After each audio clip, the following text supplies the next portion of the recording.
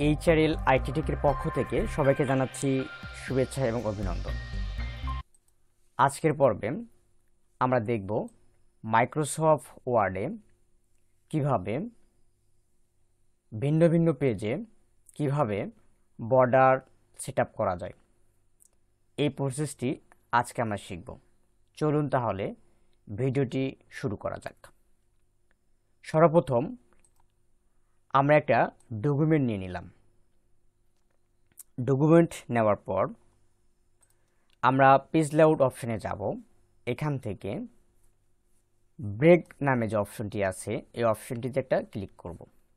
Click করার পর selection break নামে যে অপশনটি আছে এই অপশনে গিয়ে আমরা নেক্সট পেজ করব।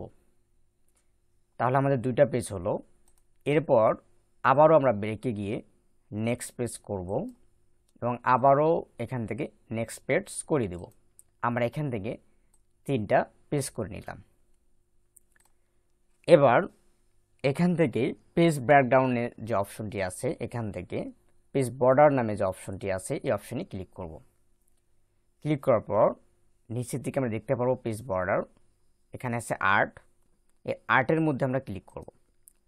এখান থেকে অনেকগুলো ডিজাইন আছে, আপনার যে ডিজাইনটি ভালো লাগে সেই ডিজাইনটি আপনি এখান থেকে সিলেক্ট করবেন। সিলেক্ট করার পর এখানে ওয়াইড নামে যে অপশনটি আছে আপনি চাইলে এটার সাইজ বাড়াই দিতে পারেন।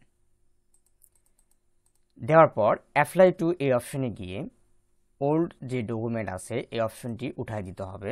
এখানে গিয়ে দি সিলেকশন নামে যে অপশনটি আছে এই অপশনটি দিয়ে দিতে হবে এবং এখান থেকে ওকেতে প্রেস করতে হবে। তাহলে আমাদের একটা বর্ডার চলে আসছে। হুবহু নেক্সট যে পেজটি আছে পেজটিতে বর্ডার দিতে গেলে আবারও পেজ বর্ডার্স অপশনে গিয়ে আর্টস থেকে আমরা এখানে ডিজাইন দিয়ে দিব। চাইলে আমাদের এখানে ওয়াইডটা বাড়াইতে পারি বা কমাইতে পারি। আবার অ্যাপ্লাই টুতে গিয়ে দি সিলেকশন ওকে। তাহলে দুইটা হয়ে গেল। এরপর তৃতীয় যে নাম্বার যে পেজটি আছে Thanks for page watching borders, video.